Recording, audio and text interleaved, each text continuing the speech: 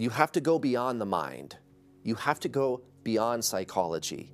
If you try to heal your way there, it backfires because you're approaching it through the duality of mind. It keeps you focused on the person. You're trying to make them the goal. It's not even you, it's the ego. That's not you. You are the consciousness, which is not duality. And consciousness, the soul, is where you are one with your twin flame. But that's usually the rap that you're going to get from people, which is you need to do some kind of psychological healing type stuff. But that just pushes them away. That makes your twin flame run harder because, again, the mind is polarized, positive, negative. You push, they pull. You focus on your twin flame, they focus on anything but you.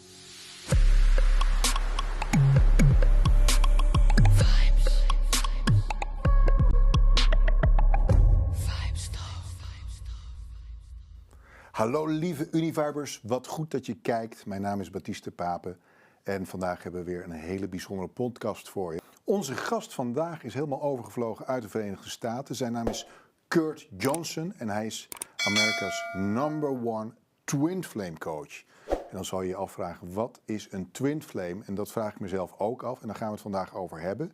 We gaan het natuurlijk ook over soulmates hebben. Kurt, so good to see you. Welcome to the Netherlands. Thank you, Baptiste. First time in Europe. So at all. My question is, what is your impression of the Netherlands? It's beautiful. It actually reminds me a lot of where I grew up. I grew up in the country, couple of hundred people, small little town. And it was very, lush and green, kind of like this area. Nice and quiet. Nice and quiet. Yeah. And peaceful. So, Kurt, your journey is very interesting. I've lived in the United States for 10 years, and I always look at what's happening. And Donald Trump just became president. But I also see that twin flames is quite the hype, especially in the United States. It's all over the internet. It's all over social media. And you have become the world's #1 twin flame coach. And we will talk about what twin flames are, but first of all, can you share a little bit about your journey? How did you become the world's #1 twin flame coach? Yeah, and I never would have imagined that I'd be doing this 10 years ago. I had joined the corporate world. I was climbing the corporate ladder. I worked at a big financial company. If you would have told me that I'd be doing this, I would have said, you're crazy. This is totally different than what I was doing. To go to the beginning of the story is to go back about 20 years. I met this person. We worked together. We kind of flirted a little bit. Nothing really happened. And that was it. We went our separate ways. Well, about 13 years later, we met again on social media, and we started talking and hanging out. And I had no idea what was about to unfold. We went on a couple dates, and for about 6 weeks, it was this wonderful, romantic connection, this beautiful little bubble phase. Everything is perfect. And I fell madly in love with her just after the first date, just like that, which isn't normal, at least not for me, to move that quickly. So that was kind of different. And then after about 6 weeks, she took off. She rejected me. I'm seeing somebody else. And even though I had been through other breakups before, this was different. So once she did that, once she pulled away, I just went into this tailspin of desperation. And you're overcome with this deep sense of meaninglessness. And you just can't function. I couldn't eat. I couldn't sleep. I could barely get out of bed and go to my job. I was very lucky because they moved me to another department at the time. And somehow, by the grace of God, I wasn't asked to do much, which is good because I couldn't. You've got this obsessive thinking going on too. And it's not limerence. either. It's this weird affliction, the obsessive thinking. It's like it's happening to you. And for our audience, for the people who don't know the word limerence, it's like a severe case of heartbreak. Limerence, yes. Yep. And again, I've been through other breakups before, but this was different. This was way above and beyond any amount of suffering that I've ever gone through. Now, in hindsight, I've learned that there's a term for this. In the spiritual world, they call it ego death. Some people call it dark night of the soul. It's the same kind of a thing. But what's happening is consciousness is exploding within you. And what I didn't know at the time was I've met somebody who we are the same soul, right? We are simultaneous incarnations of the same soul. And there's a lot of different theories about that. I've got my own. But what was interesting is what happened next. After the ego death, that was about 6 months of just insanity. Never experienced anything like it. After I pulled out of that, so I took my focus off of her, I learned about what this was. You know, I saw some stuff on the internet, and I just knew that's what it was. So I tried taking my focus off of her instead and going in here, because that's where the soul is, right? Like the power of the heart, right? And it worked.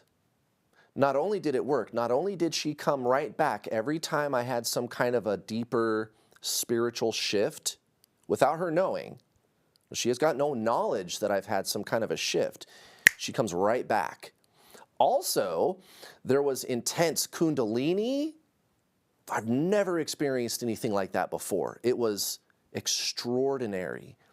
The metaphysical activations that I was experiencing, and it sounds kind of like one of those new agey woo-woo kind of things, but it's real. You know, it's something people have written about for thousands of years. Kundalini, heart opening, these types of things.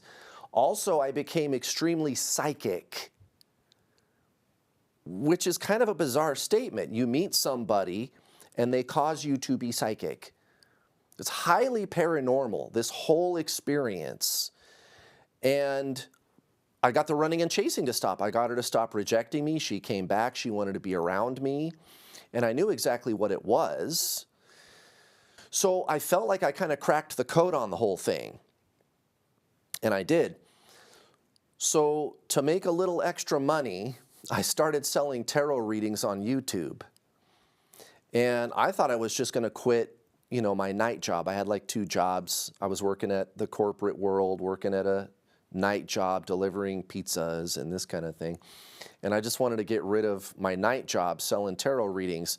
Instead, because I was appealing to the twin flame audience, what ended up happening was I would give them their tarot reading, but Baptiste, I just wanted to help them so much because I knew I had the answer and I knew what they were going through. They were in this intense period of suffering. You don't know what you're going to do. You'll do anything to make the pain stop. You're desperate. You'll do anything to get this person to start talking to you again. And I kept telling them, you have to take your focus off the person. You have to stop chasing them. You got to go in here. That's where your twin flame is. And some of them would listen to me, and it worked. And that grew into my current coaching program that I now have. I've coached over 7,000 people. That's amazing. So let me get this straight. So you meet this woman, you date for 6 to 8 weeks. It's usually 6 to 8 weeks, yeah. And then she breaks up with you, and then you crash and burned like never before. So for people who are watching, and if they think they are going through this, so what are the true twin flame signs? Is it always 6 to 8 weeks? Can you give me the signs? It's usually... So that people who are watching know, okay, these are the exact signs that you're dealing here with a twin flame. Yeah, it's usually 6 to 8 weeks. There's a handful of exceptions. That's when the initial breakup is, 6 to 8 weeks.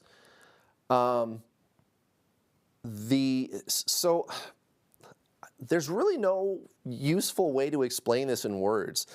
The intensity of the suffering that you're going through. This is not a normal reaction to a breakup. I had been through breakups before. So that's a sign. So that's the first one. Okay. Ego death.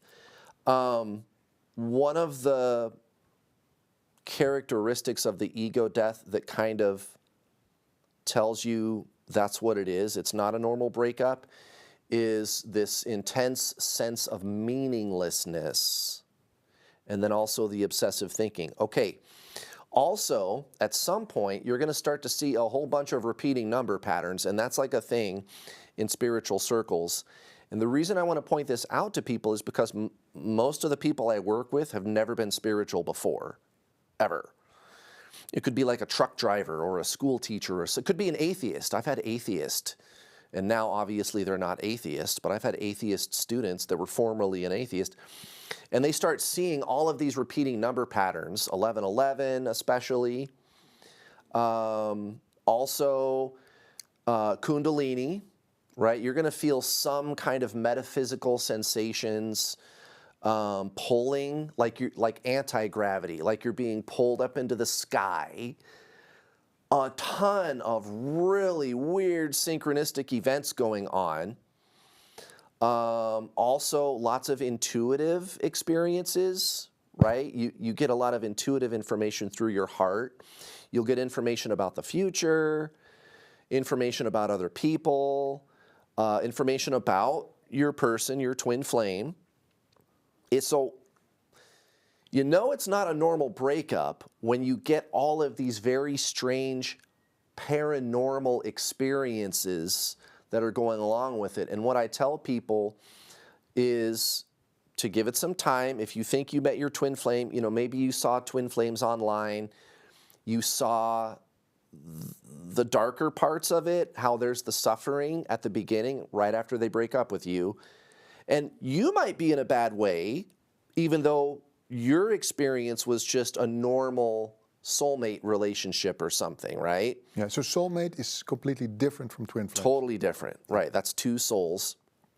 Two separate souls. Two separate souls. Yeah, your twin flame is your soul. Yes. So you share the same soul with your twin flame. It's two bodies, one soul. One soul. Okay. Yep. So what I tell people is, okay, if you're in a bad way, maybe it's dark night of the soul, maybe it's not. Why don't you just give it 6 months or a year to see if you start having all of these other weird paranormal experiences? And by the way, something I tell people on my YouTube channel all the time is you got to stop chasing them. You got to take your focus off the person and go in here, learn to meditate. Yes. Don't chase the person. Because when you do that, when you stop chasing, that's when a lot of that paranormal, otherworldly stuff does start happening. Okay, let's go back to you. So she breaks up with you, and you crash and burn. You are in desperation. You go through the dark night of the soul, but you don't know what's going on. So how did you figure out that this was a twin flame journey that you were on? I just knew this wasn't normal. This was the most desperate situation I've ever been in my whole life. This is not a normal breakup. And I'm getting all these, even during the ego death process, I'm getting all of these weird signs from the universe, these weird synchronicities too. It's very, very, again, paranormal. I keep using that word because there's really no other word. Now, I mean, there's a science behind it that we could talk about why those things happen, and I'm heavily into that. But at the time, it seems very supernatural to you, right? Yeah. And when all of that is going on, your spidey senses are telling you, this is not normal. I'm going to check the internet. So you started to do research on the internet? I did. I typed in soulmates into Google because I didn't know what else. I'd never heard of twin flames before. Yeah. And I started looking at the Google search results. I think I got down to like number 5. And it said, it was like soulmates, twin flames, and kindred spirits or something like that. I clicked on it and I read what it said about twin flames and I just freaked out. I said, I just know that's what this is. That's got to be what this is. How did you know? Was it like intuitively? Was it energetically? How did you know? It's a knowing. Okay. You just know. And now that I teach this to people, what I'll explain to them, so intuition is I teach people how to work with it, how to interpret it.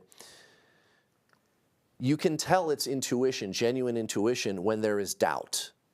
So doubt comes from the mind. The mind is duality. So your spiritual audience, they all, I'm sure, kind of know these concepts. So the mind is this yin and yang, this I believe it, I don't believe it. It's true, it's false, right? But the soul is beyond duality. So you have this knowing and you have doubt at the same time. It's because it's coming from two different places, right? The doubt is coming from the mind and the knowing is coming from the soul. And I've learned that's a way that you can tell if it's genuine intuition. And I've just learned to trust it. But just to kind of wrap up this introduction story, the thing that really made me start to realize what was going on here, and for your audience, how do you know you met your twin flame? The best way for you to test is when you take your focus off the person and you start meditating. That's what I usually tell people to do. At one point, it's like you get out of bed one day, you're still kind of in this heightened emotional state, still feeling kind of crummy, but you're trying to let the person go internally and go in here, right? So you're going about your day, and then one day, out of the blue, you have one of these peak spiritual experiences that you hear people talking about all the day. You know, Rupert Spira, you know, they all talk about this, Satori, or a unity experience. You feel one with everything, right? And it's not even that you're one with everything. There's just one thing. So that's also the experience of agape, oneness. That's not eros. Eros is romantic love, but Right. agape is the experience of unity and the love Yes. that comes with it. And we're going to talk about unity Yeah. at some point, because there's terminology in these twin flame chat rooms that they use that helped me kind of figure out what was really going on. And it's like people don't realize what they're doing when they use those words. Well, anyway, I had this experience one day. I'm just going about my day, and this is important. About 4 days prior, she rejected me. I'm never going to talk to you again. I'm going to block you. Leave me alone, right? Yeah. We're done. Yeah. And 4 days later, I had this experience of unity, this peak spiritual experience. It's a shift. You feel it. You know, you can't explain it because that's a concept. That's the mind.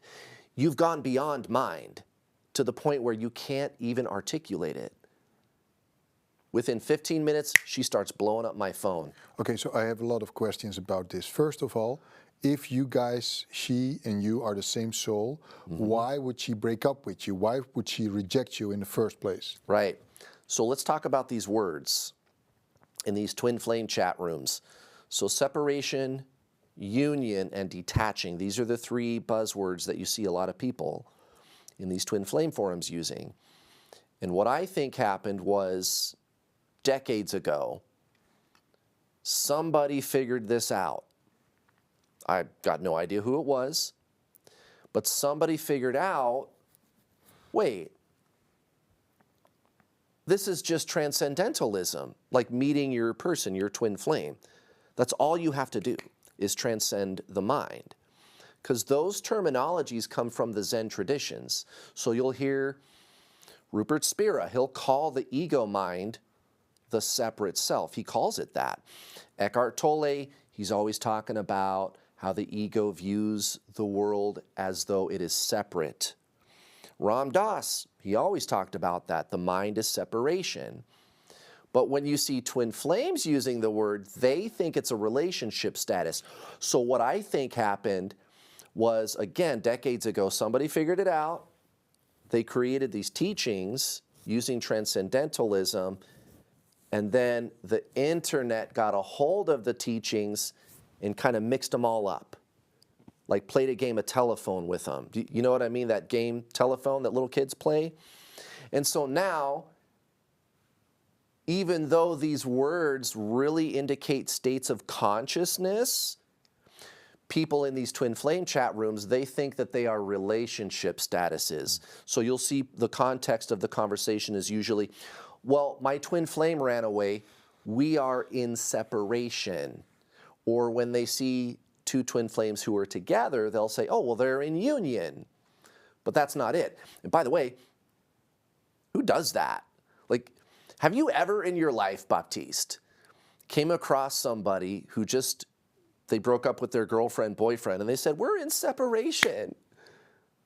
Or when they're together, they say, oh, we're in union. You would just say we broke up, right? So I started asking questions like, why are they doing that? What is union? What are you guys talking about? And that's when I went back to my early spiritual days. So in my early 20s, I learned to meditate. I had kind of a mini spiritual awakening, if you will, and I embraced a lot of that. That was the first time I had read The Power of Now by Eckhart Tolle when I was 20. This all started when I was 39, 40 with my twin flame, and I went back to those teachings. So back to your question about why they run, if we're the same soul, it's because the mind is separation. And if I'm so focused on my twin flame, what I'm doing is I'm basically saying there's a we, there's an us, we're separate, there's two of us. And the mind ends up pushing your twin flame away because what's really going on is there's only one of you. So in the physical world and on the mental, right, the way the mind looks at things is duality, separateness. Truth is that everything is one. And kind of the first place where you're going to experience that is at the level of the soul, right? So beyond your mind, you are a soul. Beyond the soul, you are perhaps everything. So let me get this straight. So she breaks up with you because there is like a polarization on the mind level? Right. And is that in her mind or in your mind? So here's another thing. It's in both. Another thing that you see people doing in these twin flame chat rooms is they'll be talking about divine feminine and divine masculine. And I think what's going on there is it's really the second law of thermodynamics. Okay. So positive pushes to negative. So greater pushes to lesser. That's the second law of thermodynamics. It's real physics.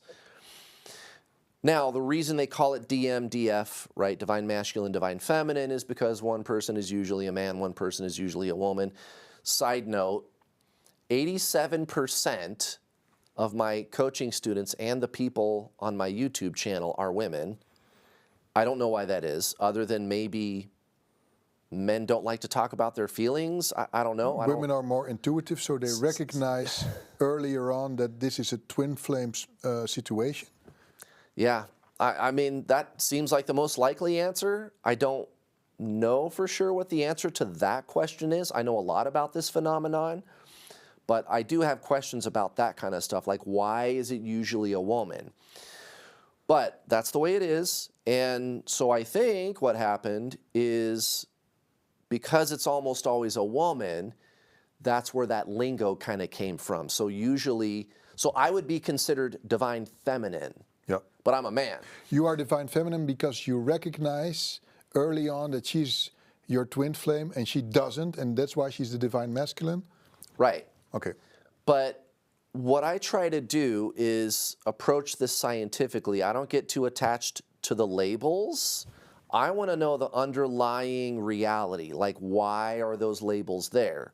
So if we look at divine feminine and divine masculine, what you're really talking about is duality. Yin yang, plus minus. So I look at it energetically. If you look in the average twin flame chat room and forum, they're going to tell you sometimes, well, they're going to tell you 100 different versions and 100 different explanations for what's going on. But one of the things that's popular to talk about is how it really is like gendered concepts, like the concepts of what is feminine or masculine, right? Or if you consider it to be biological. So they're going to tell you it has everything to do with female energy or male energy. but then they can't figure out why they still wrestle with the whole thing. They can never get the running and chasing to stop. Well, it's because they keep approaching it psychologically. Most of the stuff that you see online about twin flames, they're going to tell you to do some kind of healing, which I don't really blame them. I mean, at first glance, it sounds reasonable, but what I realized about this is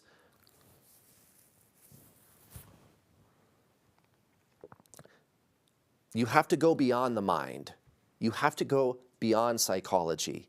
If you try to heal your way there, it backfires because you're approaching it through the duality of mind. It keeps you focused on the person. You're trying to make them the goal. It's not even you, it's the ego. That's not you. You are the consciousness, which is not duality. And consciousness, the soul, is where you are one with your twin flame. But that's usually the rap that you're going to get from people, which is you need to do some kind of psychological healing type stuff. But that just pushes them away. That makes your twin flame run harder because, again, the mind is polarized, positive, negative.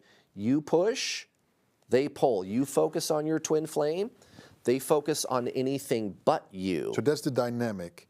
So the dynamic between twin flames is pushing, pulling, running, chasing.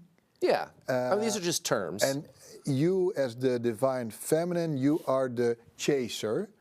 And Chaser. the divine masculine, your twin flame in this case, she's the runner. Can you elaborate a little bit on that? Well, it's, again, the second law of thermodynamics. When you approach this through separation, through the mind, you're going to get that push-pull. So, and this is one of the things that I first noticed about this. This was a big code breaker for me. I said, wait a minute. Okay, if we're going to say that this is real, this phenomenon, twin flames, it's not just a concept. If we're going to say it's real, then there has to be a real scientific explanation for it. It has to be in compliance with physical law.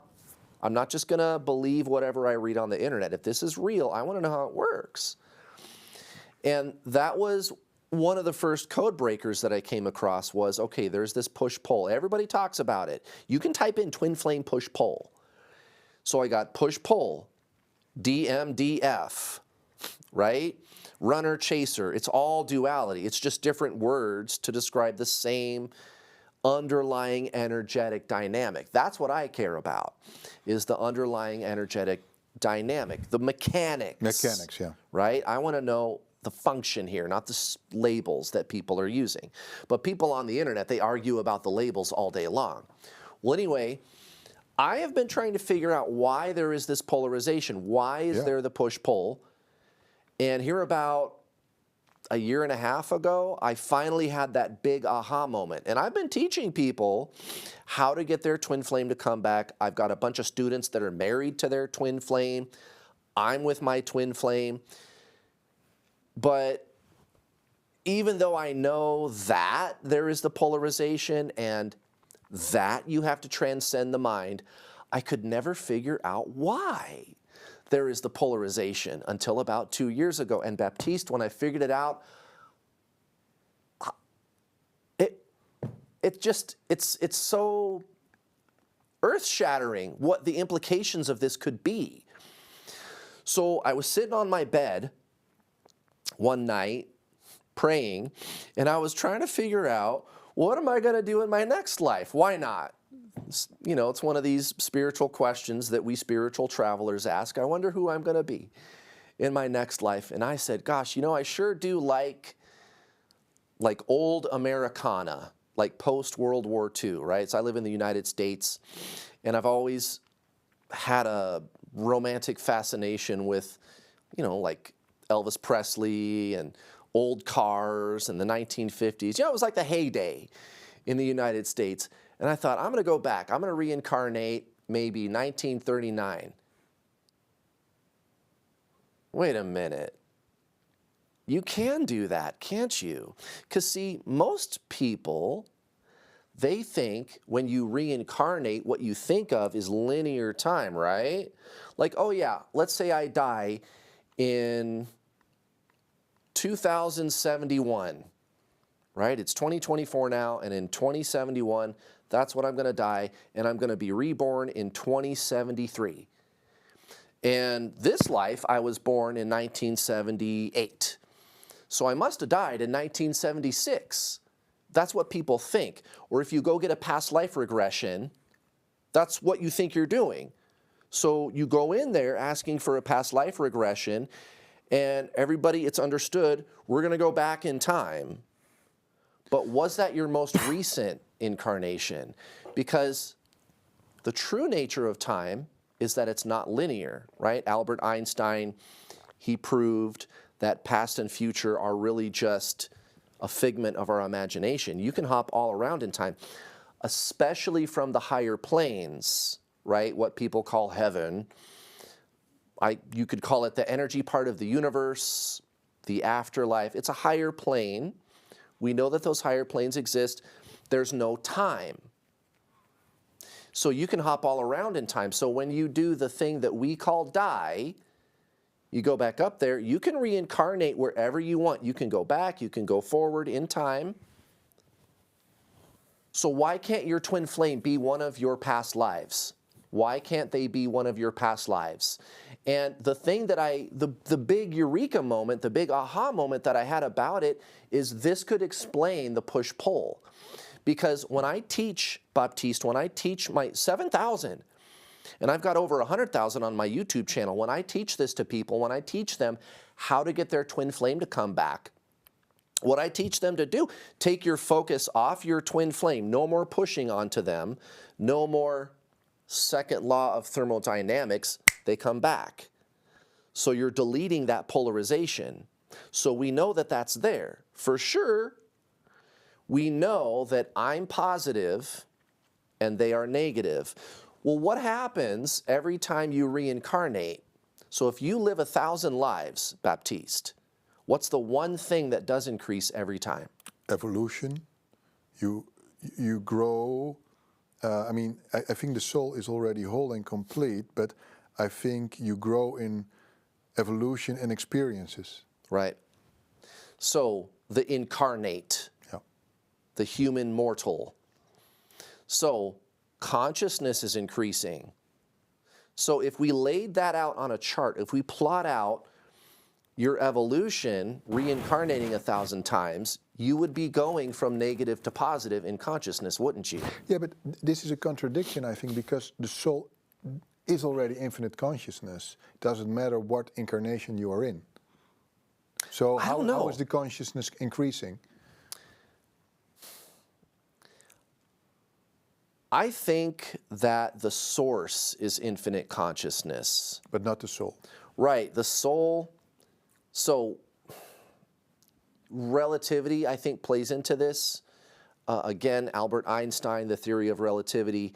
You could be having a different experience that seems completely dualistic compared to your soul. So from your relative perspective, down here in density, what we call the afterlife is complete non-duality from your perspective.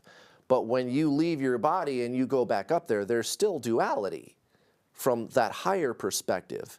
But you don't experience that down here. When you look at the soul in heaven, or whatever you want to call that, it has the appearance of non-dual, right? So if you look at, like, in quantum physics, they have something called the Heisenberg uncertainty principle, where when you look at something that's very, very tiny, like an atom or an electron, you can tell where it's going to be, but you can't tell where it's going to go. You could also tell where it's going to go, but if you know where it's going to go, then you don't know where it is now. Yes. So you can know one of those two pieces of information, but you can't know both. So when I think of the soul, or when I experience the soul, I seem to experience non-duality. But if you were a soul, if you left your body, that's not quite what you're experiencing. Now get this.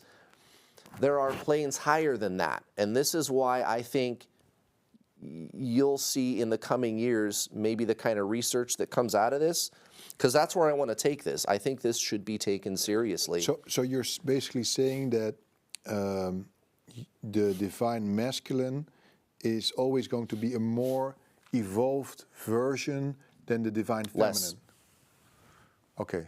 So the masculine is negative. Yeah. And let's be clear about terms. Sorry to interrupt you. We have to say this for clarity's sake. The divine feminine, in this case you, is a more evolved version than the divine masculine. Right. Okay. Right. Yeah. So positive, negative. Yeah. When I use those labels, I'm not talking good or bad, light or dark. I'm talking energy, like negative as in number 10, positive as in number 1,000. So relativity, right? So they're relative to each other. It's not good or bad when I'm using those. I'm thinking like a battery, in your car, like positive terminal, negative terminal. That's what I'm talking about, because I'm looking at the mechanics here. I don't care about the psychology. I'm trying to figure out what the mechanism is, right? So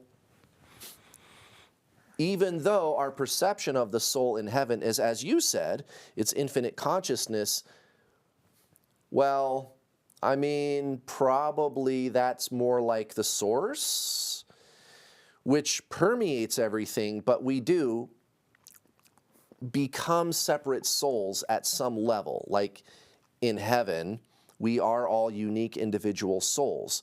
So it's a lesser energy. Kind of the teaching of karma and dharma and reincarnation is there is some form of growth. And Baptiste, I don't have all the answers to this stuff. I'm not gonna sit up here and pretend like I know all of the answers to your questions. All I know is that there is this polarization between you and your twin flame, and also when it comes to the topic of reincarnation, that's what we always hear, is that you are growing, you are evolving spiritually, consciously, as you are going along reincarnating 1,000 lifetimes. So something is growing, something is positive. And if we laid out on a chart, say 1,000 lifetimes lived, you would have lesser consciousness back here and greater consciousness here after you lived 1,000 lives. So that could very well explain the twin flame push-pull, right? And so that was kind of the eureka moment that I had, which was I could have been my twin flame 50, 100 lifetimes ago. That would explain the push-pull. So if I'm more conscious, if I'm more evolved, if I'm more energetic, that takes us back to the second law of thermodynamics, which says that positive pushes onto negative, pushes it away. That's exactly what's happening. Now, here's the other thing that's exciting about this. Okay, everybody says twin flames are the same soul. That's the legend of twin flames. When I, as a coach, teach people how to align with their soul, guess who comes back? So that kind of validates the legend of twin flames. And you taught this to 7,000 students. Over 7,000 people. And with all of them, the twin flame came back? When you align with your soul, take your focus off your twin flame comes back like magic. And it's at the most opportune of moments. Their person has no idea that you have experienced some kind of a spiritual shift. So you, as the so-called divine feminine, right, positive polarity, you have a spiritual shift, and they come right back within minutes. They've got no idea that you experienced that. Yes, it's interesting that you say this. If you look at the work of Anita Moorjani, she was having a near-death experience, and when she was in the light, one of the insights that she had was, if you really align with the energy of your soul, then everything that truly belongs to you comes to you effortlessly. Right. So this is the ultimate twin flame test, actually, right? If you really align with your soul and they come back, then that's a confirmation that they are your But twin here's flame. the thing. you're not attracting something else to you. It's you already. You're attracting you to you. Yeah. So if you align with your soul, you don't miss them anymore because you feel it's you, right? Because you are them. Yeah. And that's the experience that I have now that we're together permanently, is that there's no difference between her and So I. you are There's with just your me. twin flame. Yeah. Yeah. So you guys are together. Okay. And how is the dynamic now? There's no dynamic. Okay. So to have a dynamic is duality. There's one thing and there's another, and they work together somehow. And this is it's just me. It's kind of like when you experience Satori, or unity consciousness, and you feel you are the sky, and you are the trees, and you are the cars, and you're all the people, and but it's not me and. So words are very limiting. This is a problem that spiritual teachers always run into, is words are duality, they're concepts.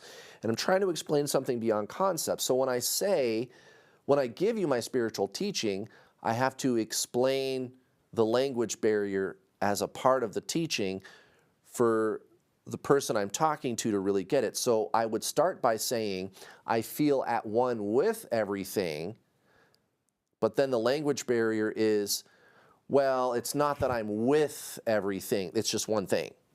And it's so hard to explain this to somebody who hasn't experienced it, but if you have experienced unity, you're going to be nodding your head going, yes, I know what you mean. It's not I'm one with the sky and the trees, it's just one thing. Yeah. And that's what it's like with her.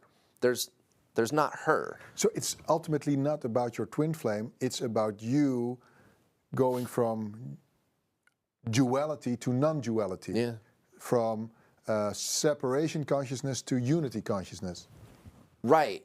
And I like that you just used those words, because again, any of your viewers that are watching, if you guys start looking around in these twin flame forums, you're going to see everybody just monkey see, monkey do, using the words separation and union, and they don't even realize why they're doing that. They think it's a relationship status. It's not. And it's like the true teachings are right here. All of these people in these twin flame chat rooms are desperately looking for answers. It's right under their nose. It's these words they're using. But the mind cannot comprehend it, because I think that when you experience this, meeting your twin flame, your mind blows up. Yeah. That's why you go That's crazy. putting it lightly. Yeah. So you had all these people from all over the world that you coached, and they all have been through the same experience? Right. And that's what's interesting about this. The experience is always the same. You can list bullet points. So if I said to you, look at this glass, and we made a description, if I listed bullet points to describe this glass, and then even translate it into a foreign language, give it to somebody who can read that language, they're going to know what you're talking about. It has identifiable characteristics. An analogy that I use sometimes, maybe it's not a good analogy, but are you familiar with the DSM, the Diagnostical and Statistic Manual? Diagnostic Statistic Manual so psychologists use it. So how would I know if this person has borderline personality disorder, right? Well, here's this list of criteria. Or if I had two pieces of metal, how would I know which is which? What if they look the same? They're both silver, they're both shiny, they're both the same size, but one is magnesium, one is aluminum. So we can make a list of criteria, and it's going to be the same every time. And this is something that really frustrates me with these twin flame forums, is sometimes you'll see people going, oh, well, it's different for everybody. Well, if it's different for everybody, then that's not the same thing that I'm talking about. So, but you must have students that come into your program or want coaching from you, and they think it's a twin flame, but maybe it's a severe case of limerence. So how can you tell? No spiritual awakening. Okay. No spiritual awakening. That's the biggest indicator. There must be a spiritual awakening. So there must be, in order to have a spiritual awakening, you need a dark night of the soul. Well, I don't think you need it, but that's what this is. This is the classical forced spiritual awakening template. You know, Eckhart Tolle, he experienced it. He had... But that was not through a twin flame. It was not through a twin flame. I made a video about this on my YouTube channel once called Twin Flames, the Doorway to Union. And I described it like there's a big room, a big circular room surrounded by different doors. Inside the room is a spiritual awakening, right? And it's a spiritual awakening of the fifth kind. Okay, it's not so like... what does that mean? What does that mean? So that's my... it's just kind of a made-up figure of speech that I came up with, but the reason that I use it is because you've got, for example, the Buddhist monk in the orange garb and the shaved head and everything, and, you know, he just chooses to just manually, I'm going to go join an ashram, and I'm going to meditate, and after 30 years of meditating, he might make a tenth of the amount of progress that I made in 4 years. This is highly supernatural. This is a forced awakening, just like what happened to Eckhart. So back to the doors. There's many different triggers that you could have. Eckhart's door was, you know, like anxiety, and his life situation was kind of not going too good, and it drove him nuts. I've got a friend who, he got a couple of DUIs, and he got a blood clot. What is all a this DUI? stuff happened all at What once. is a DUI Oh, for that's drunk driving. Okay. So he got in a lot of legal trouble, and he got a blood clot, and they put him on all these weird psychotropic drugs, and he lost his frickin' mind. Well, he came out of the experience very psychic, experiencing all of this deep intuition. So that's where all of these are similar. These are all forced spiritual awakenings that I'm talking about, but the trigger is different. The catalyst is different. So in the case of a twin flame, obviously it's this person who seems to be the same soul as you are. And again, that duality only shows up if you approach it through the duality of mind, through the separation of mind. They only reject you when you're kind of making them the goal, when you're focusing outside. What's one of the basic tenets of spiritualism? It's to not focus out there. Everything that you need is in here, right? Yes, no, there's nothing outside of you. If you get the inside right, the outside will fall into place. Right. And this is the ultimate test of that. Wow. You have to really let this person go. So talking about that, I mean, we will do a workshop tomorrow, and it's completely sold out. So many people, it's fantastic attendance, are going through the twin flame journey. But we were talking with some people before this recording, and someone said, "Oh, I would love to meet my twin flame." But when I think about it, it's like you don't want to wish this upon your enemy. It's the worst thing. It's hell meeting your twin flame. It's the worst. Right? And I mean, you know, there's people that live in a war zone. Maybe that's worse. But for me, it was the worst experience of my life. But now I look back, now that I've transcended the separation of ego, it's the best thing that's ever happened to me. So the twin flame journey is actually a forced spiritual awakening. So for our audience, can you explain? I mean, a lot of people think, oh, soulmates, twin flames, it's also romantic. But twin flames is totally not romantic, from what I hear from you. Soulmates can be romantic. Can you talk a little bit about the differences between soulmates and twin flames?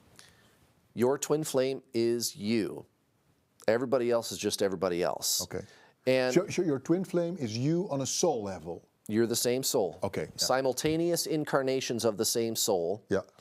Side note, I don't love the title twin flames because it sounds romantic and endearing and cute. But it's not. It's not. No. I prefer to call it SI, simultaneous incarnations. Or significant other, SO.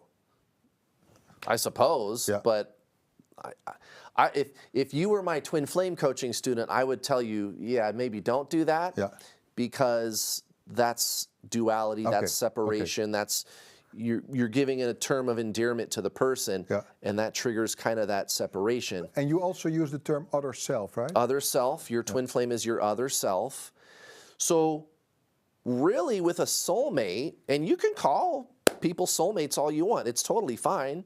It's just a term so that we can have a conversation. So a soulmate is a different soul. A different soul. Okay. Okay. Right. My soul and your soul, and we're mated. So it could be a friend, it could be a lover, it could be a family member, a pet, brother, sister, whatever. Everybody has a different idea of what constitutes a soulmate. It's very subjective. And on the spiritual plane, on these higher planes, which again, physics is confirming they do exist, these higher planes. It's your soul and the other person's soul, and perhaps you've reincarnated together over many lifetimes, 10 lifetimes, 20 lifetimes. You've all played different roles. One time you guys were friends, another time you were lovers, another time you were mother and son, another time you switched and now the son is the mother and the mother is the son.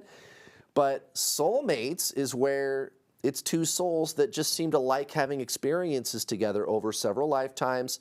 There's other terminologies that people get stuck on, like karmic, or kindred spirit. And really the only difference is it's either a good experience or a bad experience, why you would use karmic. But it's the same, the mechanism is what I'm always, you might notice going back to, like the mechanics. I don't really get stuck on the labels. I want to know how the thing works. So it's just two souls having experiences in different lifetimes over and over again. But your other self, twin flame, there's not us. It's not we are incarnating together again and again. It's me incarnating a bunch of times and then meeting another incarnation of my soul. Yeah. But it's still my soul. It's one soul. Yeah, and again, we understand that the twin flame, the divine masculine, rejects the divine feminine because there's polarization on the mind level going on. So it's duality in that way, that on the personality level you can be polarized, but on the soul level you are one. So it must be really confusing to have that experience, right? Like why would my own soul reject me? Right. Why would my own soul break up with me? That doesn't make sense. But the question is separation. Yeah. So what you're saying is there's a we. It's me and then my soul. Yeah. So that's that subject-object relationship that the mind is always doing. And the mind, the mind isn't bad for doing that. That's what it's for. It's not defective because it looks at things through the lens of separation. That's its job. But really, there's no we, there's no us. So to your question specifically, Baptiste, that's a good question. And like I said a long time ago, I think I can demonstrate pretty well that it's one soul in two bodies because, again, whenever I teach one of my students how to transcend the mind, Yes. it's this person that always comes back when they have a spiritual experience. Okay. So let's talk about science a little bit. So if someone like, let's say, Greg Braden would hear about this, or even Eckhart Tolle, yes, I would be very afraid. would they take this seriously? Because people Right. think, oh, you cannot prove that it exists. How are you going to prove that two people share the same soul? You cannot prove it. Or are there ways to prove that this really exists? So what we're talking about is reincarnation. I've got a little saying. Is there proof for reincarnation? Well, I think that's what this is. Yeah. So reincarnation doesn't prove twin flames, but twin flames maybe could prove reincarnation. So I've got a couple of different ideas for experiments you could do. So like the Heart Math Institute, you know exactly who that is. I've been there, yeah. So they can hook people up to this machine. They can monitor your states of consciousness. What if you go into this theta state? I'm sure you're familiar with what that is. So you go into this higher theta state, and your twin flame starts sending you selfies. I miss you. They call you. And again, this happens a lot. A week earlier, they've got no intention of talking to you. They're rejecting you. And what if you could hook up the student to a machine and measure, they did have a spiritual shift, and that's the time when their person came back. So you've got an action there. You've got something that you can measure, cause and effect. If there's a cause and an effect, if there's an action, there's information that you could extract from that. And I'm a big fan of science. I know a lot about science. It's a methodology. It's not an institution. But I'm not a scientist. I know enough about it, though, to know that a scientist in the field, they can design the most ingenious experiments. There's got to be a way that you could take some kind of a measurement to figure out what is the soul? How does consciousness manifest on the 3D plane? Because if you really are serious that we've got two people that are the same soul in the same room here, there's got to be some information that we can derive about consciousness. Think about the technology that could be developed doing something like this. You could construct conceivably a device like a zero-point energy device using this kind of information, because what you're talking about is going beyond the veil of duality. There ought be a way that you can take some kind of a measurement between these two people. Yeah. There's got to be. So for yourself, you know that this is a real thing because you coach so many people and you see the same mechanics happening Like the over and over DSM. and over again. It's always the same mechanics. It's always the same. Okay. So that's why you know that this is a real thing. Mm-hmm. Yeah, and that's like a big problem on the internet. I'm just going to say this.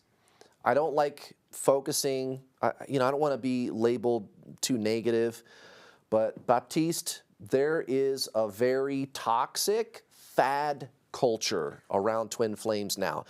Everybody wants to be one of the cool kids. All the new agers, they all want to say, oh, I met my twin flame. Look at me, I'm popular now. Yes, and twin flames are getting a bad reputation because of a Netflix series. A friend of mine was talking about it, and all the people here in Europe, they have negative associations with twin flames because of the Netflix series. Yep. I have not seen it. Can you talk a little bit about that Netflix series and what it does to the view that people have? Right. So first off, the two people in the Netflix series are soulmates. Again, two souls. They're not the same soul. And I'm not just saying that because of the mean things that they're doing. They're not. It's a conventional relationship. They love each other. If you love your twin flame, they take off. So when twin flames come together permanently, like I am with mine, it's very neutral. It's just inner peace. There's no outward focus.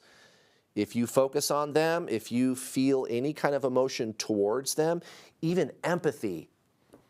One time I felt empathy for her and she ran off. Any emotion, any duality. But it's hard. When you're with someone, at one point you're going to feel empathy. So how do you do that? Is that going back to unity consciousness? I think you can only do that with your twin flame, with your other self. When you transcend the mind, the first place you're going to end up is the first place that is beyond the mind, which is the soul. Again, there's probably more dimensions, planes, levels, realities above the soul. So and this is a question I get asked this all the time, like, how can we be the same soul with someone and be one with everybody else? Well, who you are beyond the mind is the soul.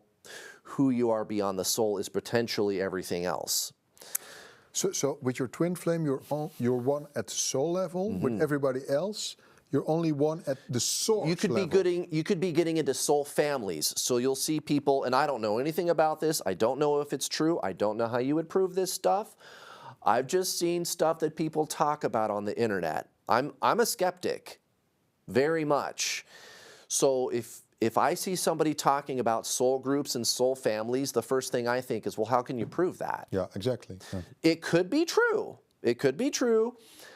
But it could also be true that beyond the soul is oneness with everything. At source level. Yeah. At source level.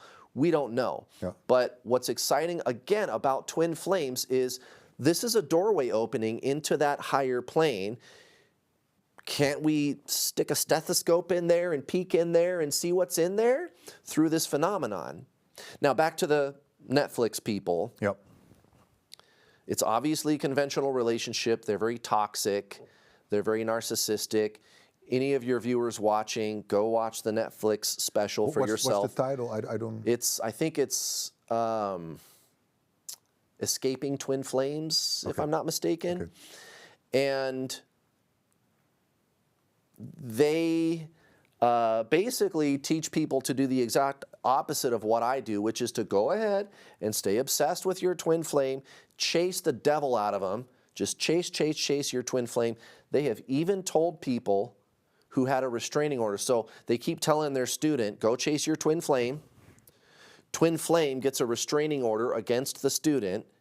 They tell their student, keep going, do it, violate the restraining order. I mean, they're giving them advice like this.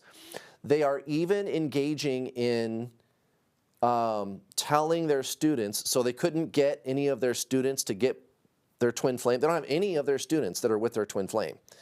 So what they started doing was they said, okay, you're my student, you two are actually twin flames. And they go, what are you talking about? My twin flame is this person that in saying it was, the person that I've been chasing. The two people running the cult, it's a cult, they go, no, they're not your twin flame anymore. You two, so they pick two of their students and they just declare that they're twin flames and they have to start dating. So that was like their workaround when they couldn't get any of their students as twin flames to come back. And then on top of that, this is so bizarre. It's so bizarre. And I don't have any problem with like the transgender community, really. I know there's an agenda there, but the people are souls, right? They deserve dignity, but they're not even doing it right. There's even a person in the Netflix documentary who is a transgender like psychologist, they specialize in it. And even they said, yeah, these two aren't even doing it right, because what they're doing is they're having, like if it's two women, two of their women, their female students, so two of their customers, two of their students that are both women, they go, well, you're the feminine and you're the masculine. You have to get gender reassignment surgery. And they they like brainwash them into getting gender reassignment surgery so that they can be more boyish. I mean, I know I'm explaining this to you, and this sounds like super bizarre behavior, but this is what they're doing. It's so bad and so toxic. And they take everybody's money. It's got all the telltale signs of a classic cult. Now, not to spoil the Netflix documentary for your audience, you go watch it. It's bizarre. But it's not real twin flames. It's not real twin flames. Now, probably through the dragnet of their looking for actual twin flames, there's probably a lot of people in their program who really met their twin flame. The unhappy byproduct, and I knew this was going to happen. As soon as that documentary came out on Netflix, I started getting people leaving comments on my YouTube videos who are on the outside looking in, just regular people. They don't know what twin flames are. But I would see comments like, isn't this a cult? So now the public's perception is that everybody who's a twin flame is a cult, and everybody is in the one big twin flame organization. And what's really going on is the two people on Netflix, they're one twin flame organization out of probably hundreds. Yes. But now everybody thinks all of the several hundred twin flame organizations, it's all one big cult. That's not it. It's just those two. And they're not even real twin flames, and they're definitely not doing it right. The first thing I have my students do, the first thing I have them do is let go of all the twin flame myths, which I'm happy to talk about with you, because that's another problem, all the mythology around it. But one of the first important steps that I have my students do is stop chasing your twin flame. Stop today. You need to delete all of their text messages, delete all the call logs. If you got any pictures, you can delete them, but if you want, you can save them on a thumb drive if you want, and then hide it. Give it to a friend, get rid of it. You can go back in a couple of years and get it back. So you have to detox. Get rid of all their stuff. Yeah, detox. Stop looking at twin flame stuff on the internet. Replace all of the twin flame frenzy, because people, when they meet their twin flame, they go into these twin flame chat rooms and it's one big frenzy of like super addictive. They're fucking obsessed, yeah. They're fucking obsessed, and everybody's encouraging each other to do it. I'm the only person that's trying to be the voice of reason here. Like, what are you guys doing? Stop doing that. So I get my students to just do a hard detox. Yeah. And I treat it like you're in addiction recovery, like this is an intervention, because it's that bad. It is super addictive, the energy with your twin flame. And there's a scientific reason for that. But replace all of the twin flame obsession, get rid of that, and replace it with meditation, slowing down, placing yourself in stillness, being present.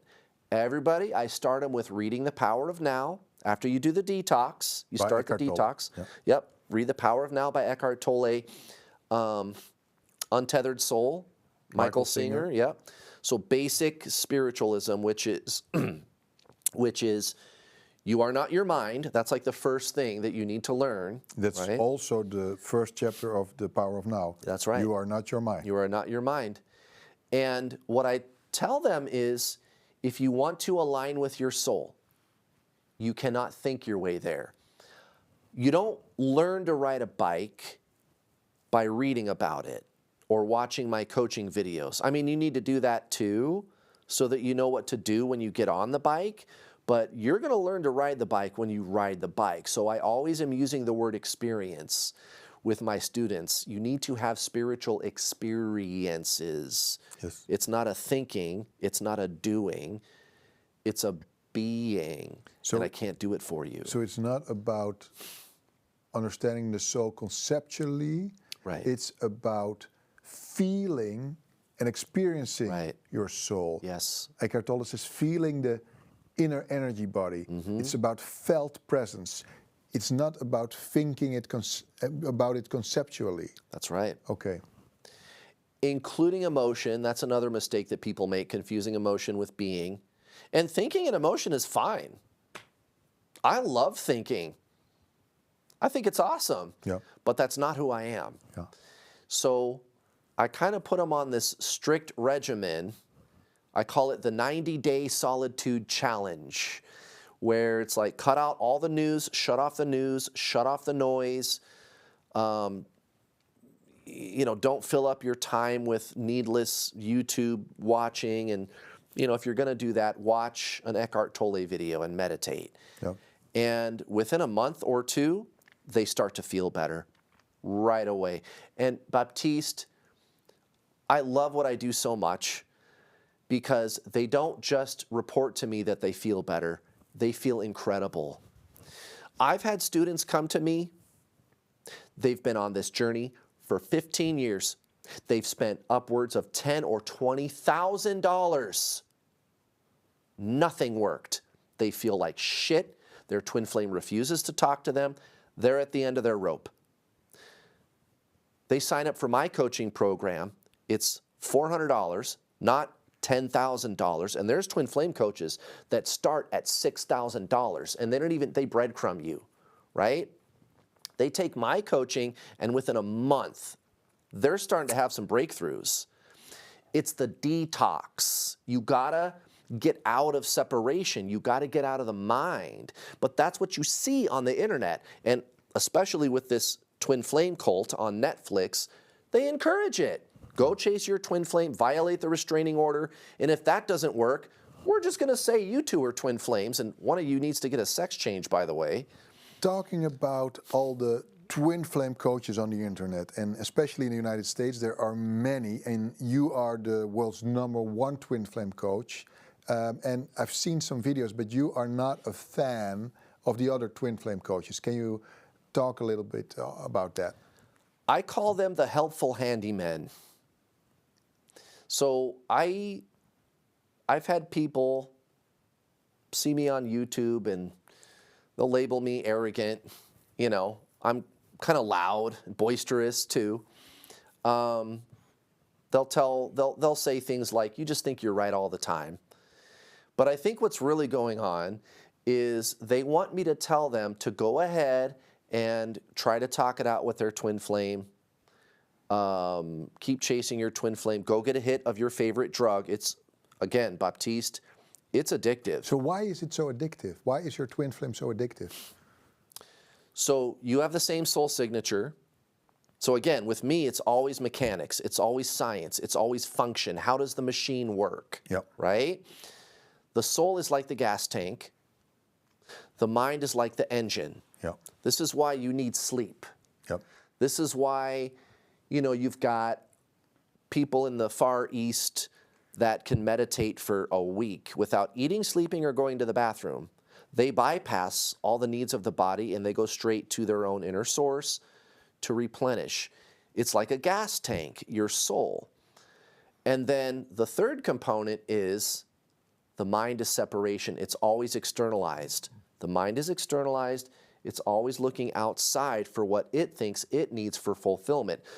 So you've got kind of this perfect storm condition where you're the same soul vibration, the same frequency, and I have some theories about how that works.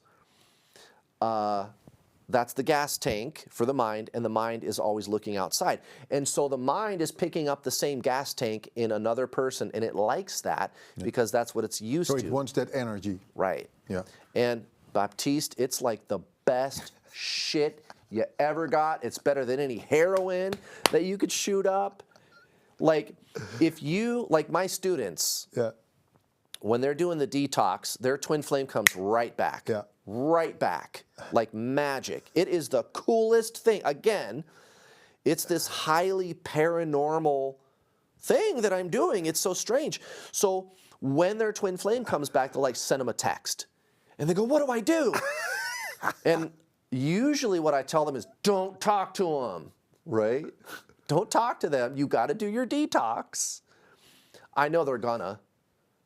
So I tell them, well, what you should do is maintain your detox and don't answer, but I know you're gonna. So just wait 2 days until you're calmed down and then calmly respond. But here's the thing. When they respond, it makes them feel good again. Because it's drugs. They get a buzz off of it. So there's the whole good, bad of duality, right? They're getting a hit off of that one conversation with their twin flame is what they're doing. Yeah, when I started selling tickets for this event, and it's completely sold out, you know, doing a Twin Flame Day here in the Netherlands, I got so many messages from people, and the desperation is just through the roof. I know.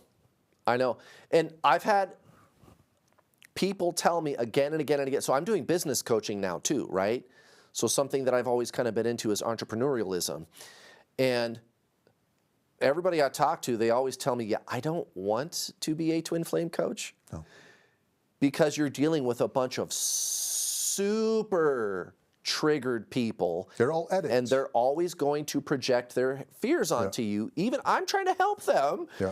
And so back to, you know, what we were talking about a minute ago, they'll come to my YouTube channel and they'll go, "This guy's an asshole." Well, it's because I'm not telling them what they want to hear. I'm telling them, stop taking the drug. I'm telling an addict, and they don't think there's any problem. Like an alcoholic, you can't tell them they have a problem. Well, what ends up happening, I've heard this so many times, Baptiste. I love my job so much. I really do. It's a hard job because you got to deal with that kind of toxicity, but they'll come back like 10 months later. One of my videos will pop up in their feed and it'll start playing and they'll go, "Wait a minute. He's right. He was just trying to help me." It's like when you're in that heightened state, it's like you're always on emergency mode during the ego death, and they're not ready to hear it. It's also maybe adrenaline, no? Adrenaline, yeah. So they project that hate onto me, but then maybe 6-10 months down the line, when they're calmed down, that's when they go, "Okay, this makes sense. And I hear that all the time. And I'm not trying to toot my own horn, but I hear that all the time. Kurt, this is the only thing that worked. It works like the opposite. You're the only person that's ever been able to help me. I spent all this money. I've spent years doing this. And I just watched a couple of your YouTube videos and I started feeling better. And it's because I'm getting them to take their focus off the person. Yes, but if I hear you right, you, in your case, as a divine feminine, and for all the divine feminine I'm not that feminine, Baptiste. who are watching, for all the divine feminine who are watching, and most of them are actually women. What you say is, they actually hold the keys to the kingdom. Yes. They have the power. Yes. They feel powerless. Yes. But at the same time, what you are trying to explain is that they hold the power. They have the keys to the Right. kingdom. Can you That why? is a fabulous talking point, because here's this person that at the beginning you believe to be your perfect lover, and all you want is to be with them, and I'm over here going, yeah, you can do it. You can do that. You actually literally, like by way of magic. And we're always told, you know, law of attraction, any good law of attraction teacher is going to tell you, well, you shouldn't try to manifest a specific person, because that might backfire. It might blow up in your face, you know, violating free will. You kind of know the lessons behind that. Yeah. So instead of manifesting a specific person, why don't you manifest somebody who you think would be the best person? Make a list of personality traits that you think would be an ideal lover, and then the right person will show up for you. That's law of attraction. That's soulmates. Again, soulmates, it's subjective. It could be anybody, right? Good and bad. That's somebody else. That's something else. You're trying to attract something else to you. That is not you. Right. Your twin flame is you're attracting you to you. Yep. And it can be this specific person as long as we're sure it's your twin flames. Again, we make a list of criteria like we were talking about earlier. How would I identify this piece of metal, this glass, or the criteria in the DSM? There's lots of different examples I could use to explain kind of the scientific method, how you identify things. So you can identify if it's your twin flame or not. There is a set of criteria. There's a couple of videos on my YouTube channel the viewers could go watch. Just type in 5 true signs, twin flame, right? I've made several of those, how to really know that you met your twin flame. So if we're sure that it's really your twin flame, yeah, you can actually, by way of seemingly magic, it's not magic. It's just technology, right? That's what I tell people. It's science, or magic is just science undiscovered, right? But seemingly by way of magic, you can get this specific person to come back. But what's so weird about it to people is how paradoxical it is, because it works the opposite of the way that you would think it does. So with a soulmate, which is subjective, because it's anybody that you maybe have hung out with for 10 lifetimes, you pick them at some point in the past. You choose who your soulmate is. Even if it was 20 lifetimes ago, there was a first time that you two souls started hanging out together. You picked each other. You don't pick your twin flame. How could you? It's you. So there's no free will, actually. Well, you don't need free will. That would be like, to even bring free will into the conversation would be non sequitur, I suppose. But when you were going through this whole twin flame journey with the death of the ego and the dark night of the soul, you must have asked yourself, why me? Why am I? Why? Because not everyone gets to experience the twin flame journey. Well, Baptiste, what I really do is ask myself why I had to be the world's leading twin flame coach. Because of all the people that I have had the experience of helping. You got to have thick skin to do it. No. You But- get a lot of hate, right? Yeah, it happens. What happens is if you're a social media person anyway. But again, most of the haters, you know, they're going to be the other twin flame coaches. Like I was saying, the helpful handymen.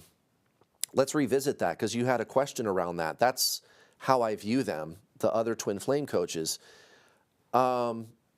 Usually nice people, totally nice people, except for the two on Netflix, right? They're not so nice. But most of the time you're dealing with somebody who's very nice and probably genuinely wants to help, but they're confused. They don't know really how to do it.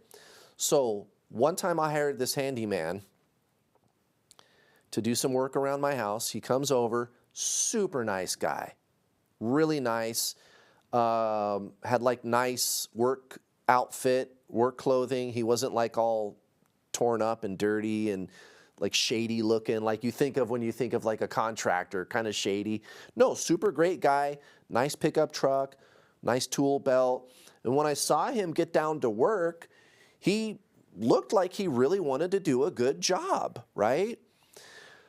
Well, after about an hour or two, I saw what he was doing and I was like, I got to get this guy out of here, because he was like drilling extra holes in the wall and he put the towel bar on all crooked. And I was, you know, I'm a good judge of character, you know, reading body language, you can get good at that. I mean, he wasn't trying to do a bad job. He just didn't know what he was doing. Like maybe he used to be an IT guy or something, a computer guy. And he said, I'm going to be a handyman now, but he didn't know what he was doing. You know what I mean? So that's my analogy. The helpful handyman, that's the other twin flame coaches. And really, like, I wish I could just reach out to them, because if they did things a little bit differently, they could help more people. This works the opposite of the way that you would think it does. So just to kind of bring this whole conversation full circle, it's a paradox. You don't focus on your twin flame. You go in here. With the law of attraction, a soulmate, for example, if you focus on something long enough, it'll show up. Anything, money, romance, whatever, a better job. This, it works the opposite, because you don't focus on anything out there. You don't focus on the person, and that's when they come back. Wow. It's a paradox. Yeah. And it's because of what this is. Yeah. It's spiritual. It's not mental. And what the other twin flame coaches are doing, again, great people, nice enough people, but very confused. They're telling you to do all of this psychological stuff, healing, working with thoughts and emotions. That's psychology. And another big problem that I see just generally in the general spiritual community, the whole spiritual community, not just twin flames, is the idea that healing is spiritual.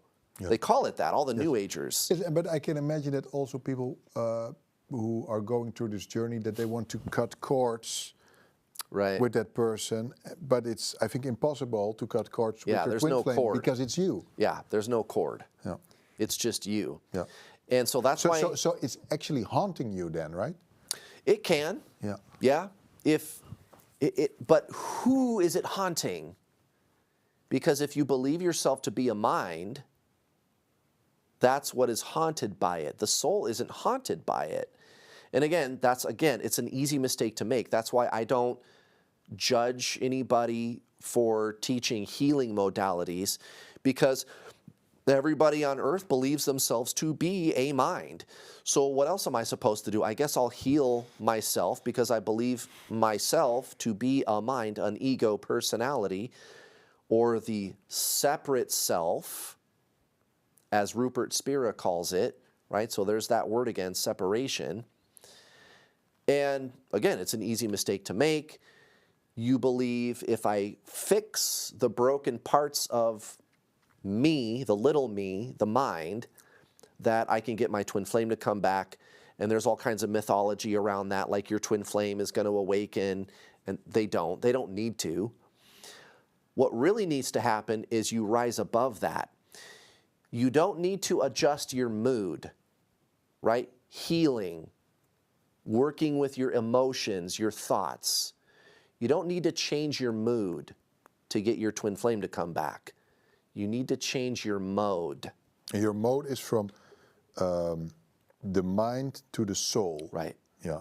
From duality to non-duality. From separation to unity consciousness. Right. Yeah. Union, as they call it in the twin flame chat rooms. But that is where that word came from, unity consciousness. Yes. And then another word that you'll see twin flames using sometimes is detaching.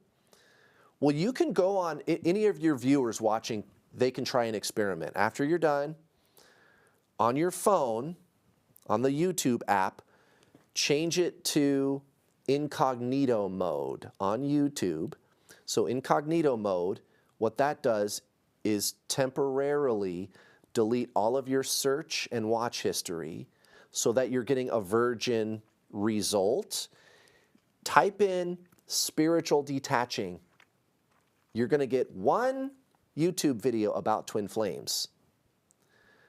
But what else are you going to get? The Buddhist monk in the ashram giving a teaching on detaching. You're going to get maybe Eckhart Tolle. You're going to get people just talking about general non-duality spiritualism, genuine spiritualism, right?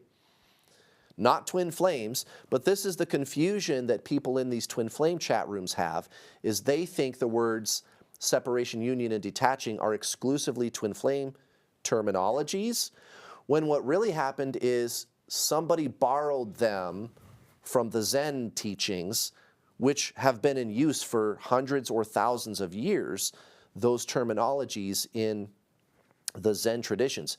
It has nothing to do with twin flames.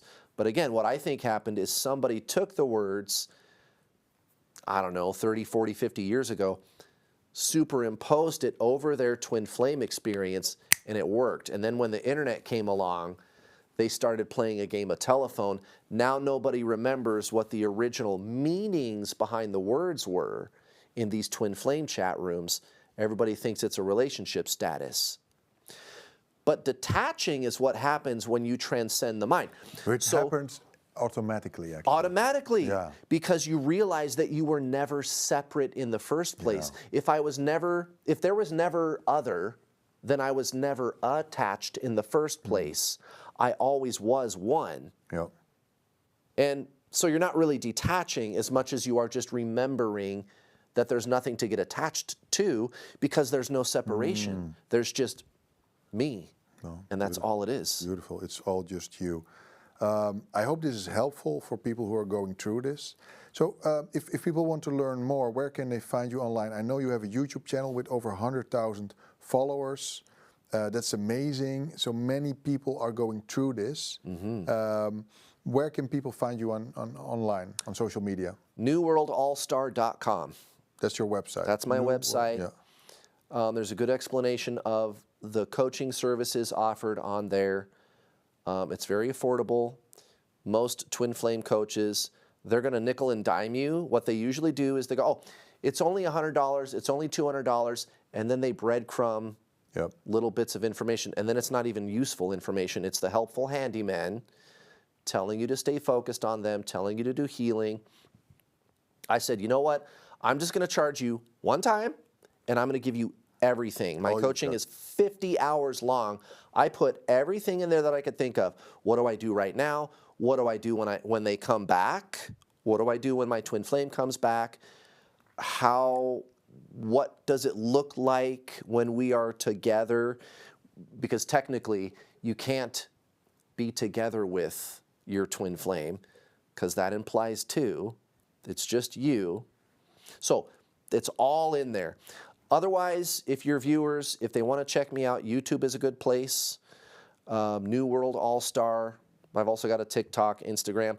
But what I tell people, I want to caution everybody watching, your best bet is to not scroll through my TikToks or Instagram videos or Facebook. I'm on Facebook.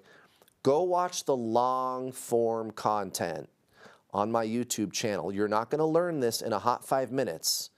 And that's hard for people when they're in this heightened state, they're in emergency mode, they want a quick answer right now.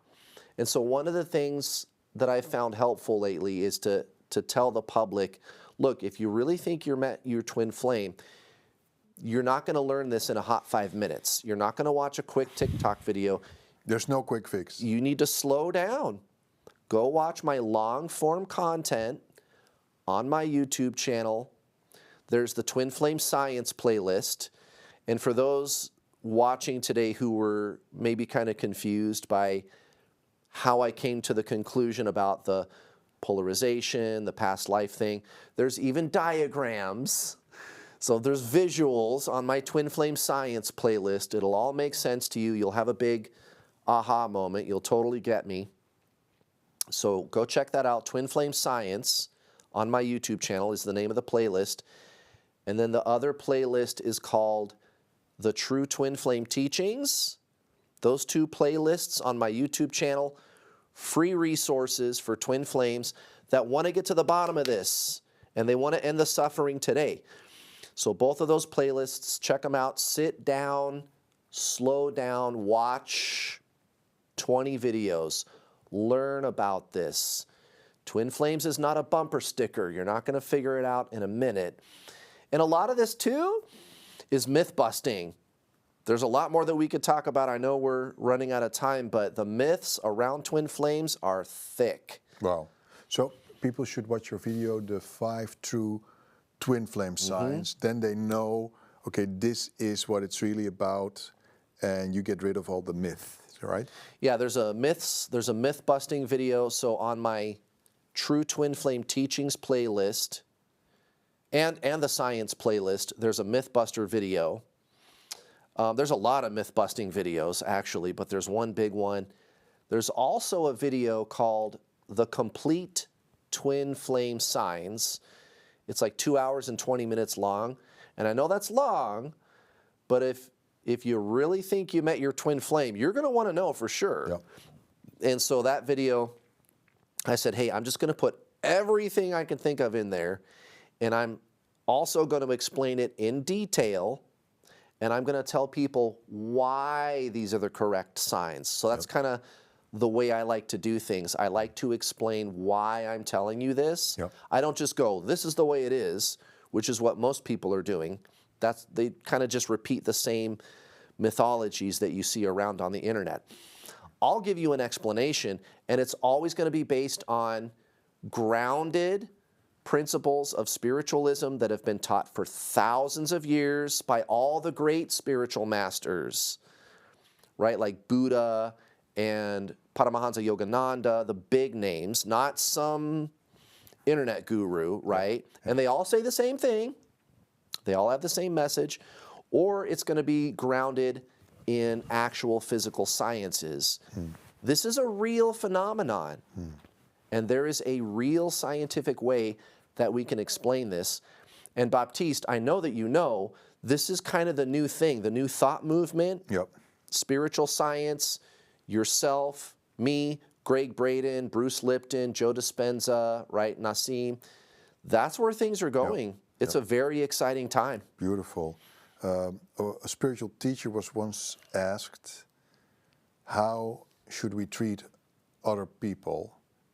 And the answer he gave was, there are no others. And Ram Dass said, we're all just walking each other home. And I think you're doing that with your work as a twin flame coach. It was an honor and a privilege to have you on this show. And I'm looking forward to the workshop we will do tomorrow. And I hope this was helpful for the people who are going through this. Thank you so much, Kurt. Baptiste, thank you. Thank you. Thank you.